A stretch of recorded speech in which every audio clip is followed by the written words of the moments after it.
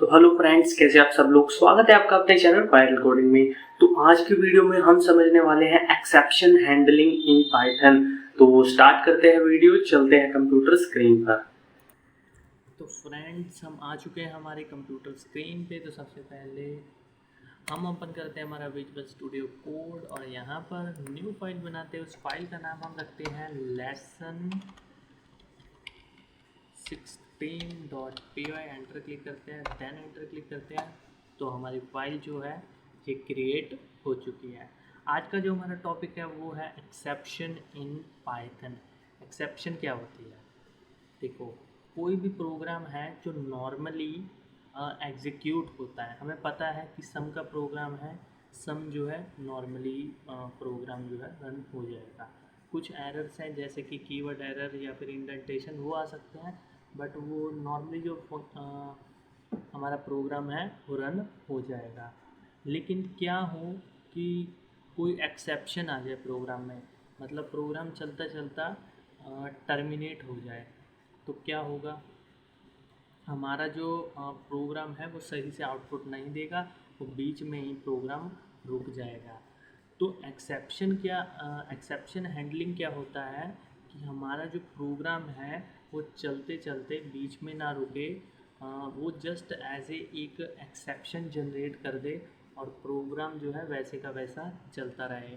For example, जैसे हमारी कोई बहुत बड़ी वेबसाइट है या फिर लेट से कोई ऐप है जिसमें बहुत बड़े अमाउंट में हमारा डेटा जो है आ रहा है, फैच हो रहा है, और अगर उसमें मान के चलो कोई एक्सेप्शन आ जाती है, वो डेटा वहीं पर रुक जाएगा। तो इससे क्या होगा? जो हमारा सिस्टम है वो फेलियर होने के चांस है। इसी को बचाने के लिए हम जो है एक्सेप्शन हैंडलिंग करते हैं। हम एक नॉर्मल जो है एज ए एक्सेप्शन का एग्जांपल लेते हैं। लेट्स से कोई डिवीज़न का प्रोग्राम है जिसमें हम दो नंबर को डिवाइड करते हैं, बट क्या हो कि अगर जो डिनोमिनेटर है वो ज़ीरो आ जाए, तो क्या होगा? तो डिनोमिनेटर अगर ज़ीरो हुआ तो वो नंबर से जो है डिवाइड नहीं हो सकता, तो वो अनडिफाइंड होगा। तो इससे क्या होगा? जो प्रोग्राम है वो टर्मिनेट हो जाएगा। तो इसी से बचाने के लिए हम क्या करेंगे, उसमें एक्सेप्शन हैंडलिंग कर देंगे। तो यहाँ पर हम इसी एग्ज़ाम्पल को लेते हैं, दो वेरिएबल्स बनाते हैं। सबसे पहले तो a2 और लेट्स से b जो है हम 0 ले लेते हैं। तो सबसे पहले हम लेते हैं ट्राई ब्लॉक। ट्राई ब्लॉक में क्या होता है? वो कोड आता है जो कि एग्जीक्यूट होना होता है, यानी कि वो कोड जो नॉर्मल में एग्जीक्यूट हो। जैसे कि यहाँ पर हम क्या करा रहे हैं, प्रिंट करा रहे हैं a divide by b। Sorry, एक minute,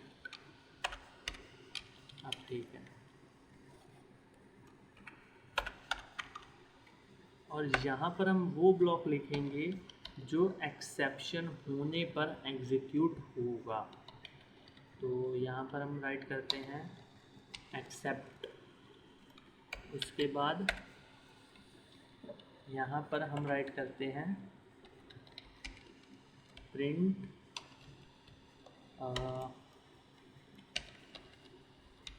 error denominator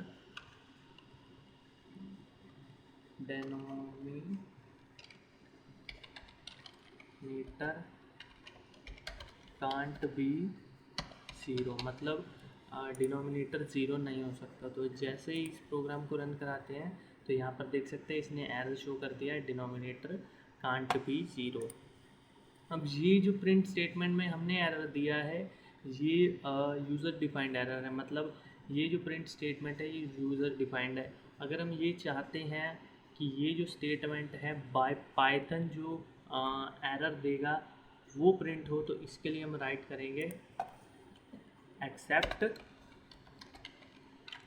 exception as ई, और यहाँ पर हम राइट कर देंगे ए। तो जैसे ही इसे रन कराएंगे तो यहाँ पर देखो डिवीज़न बाय ज़ीरो, यानी कि जो पाइथन द्वारा एरर जनरेट होगा, ये होगा डिवीज़न बाय ज़ीरो।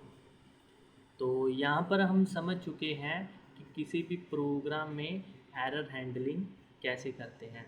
यहाँ पर हम एक सिनेरियो लेते हैं जिसमें कि हम एरर हैंडलिंग नहीं करते हैं। लेट्स से कोई और है, जैसे कि यहाँ पर कुछ लेट्स से एक्स जो है हम कोई प्रिंट स्टेटमेंट ले लेते हैं और यहाँ पर जो है हम एरर हैंडलिंग नहीं लगाते हैं, एक्सेप्शन हैंडलिंग। तो क्या होगा, तो यहाँ पर देख सकते हैं इसने क्या किया है, पूरे के पूरे प्रोग्राम को टर्मिनेट कर दिया, यहीं पर ही टर्मिनेट कर दिया। ये जो स्टेटमेंट है वो भी रन नहीं हुई है। लेकिन अगर हम पहले जैसा लिखते, हमारी जो एक्सेप्शन हैंडलिंग ब्लॉक है उसे लिखते, तो क्या होगा, ये एक्सेप्शन जो है हैंडल्ड हो जाएगी और ये जो प्रिंट स्टेटमेंट है ये भी रन होती रहेगी। तो यहाँ पर आप देख सकते हैं ये जो स्टेटमेंट है ये भी वैसे की वैसी रन हो रही है और ये जो एक्सेप्शन है वो भी हैंडल्ड हो चुका है। इसीलिए हम एक्सेप्शन हैंडलिंग लगाते हैं ताकि जो हमारा प्रोग्राम है वो बीच में ही टर्मिनेट ना हो, वो चलता रहे और यहाँ पर हमें ऐसे एक्सेप्शन भी दिख जाए कि जो हमारे प्रोग्राम में एक्सेप्शन है हम उसे ठीक करें और इसके बाद जो हमारा प्रोग्राम वो भी चलता रहे। तो इसी तरह हम प्रोग्राम में एक्सेप्शन हैंडलिंग करते हैं। यहाँ पर एक फाइनली ब्लॉक भी आता है जो कि एक्सेप्शन हैंडलिंग का एक फाइनल ब्लॉक होता है जो कि चलता ही चलता है, वेदर एक्सेप्शन हो या ना हो। यानी कि चाहे एक्सेप्शन हो जाए और चाहे ना हो तब भी ये ब्लॉक जो है चलेगा ही चलेगा। जैसे यहाँ पर मैं राइट करता हूँ फाइनली और यहाँ पर मैं प्रिंट लिखता हूँ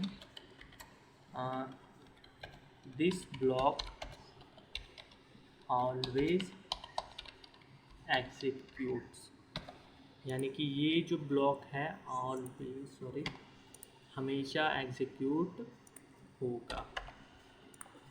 तो जैसे इसे रन कराते हैं तो यहाँ पर देखो राइट हो चुका है दिस ब्लॉक ऑलवेज एग्जीक्यूट। अगर हम डिनोमिनेटर को लेट्स से 2 कर देते हैं, अब देखो एक्सेप्शन नहीं होगी बट ये जो फाइनली ब्लॉक है ये फिर भी एग्जीक्यूट होगा। देखो 1.0 दिस ब्लॉक ऑलवेज एग्जीक्यूट, ये जो हमारी स्टेटमेंट है ये भी रन हो रही है। तो इसी तरह से फाइनली ब्लॉक जो है काम करता है। तो अब हम ये समझ चुके हैं कि किसी भी प्रोग्राम में जो है एक्सेप्शन हैंडलिंग कैसे करते हैं। तो इस वीडियो को यहीं पर एंड करते हैं। मैं आशा करता हूँ कि आप एक्सेप्शन हैंडलिंग को अच्छी तरह जो है समझ चुके होंगे।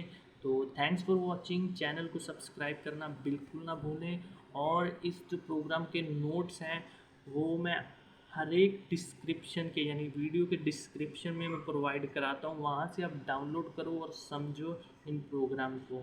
So thanks for watching.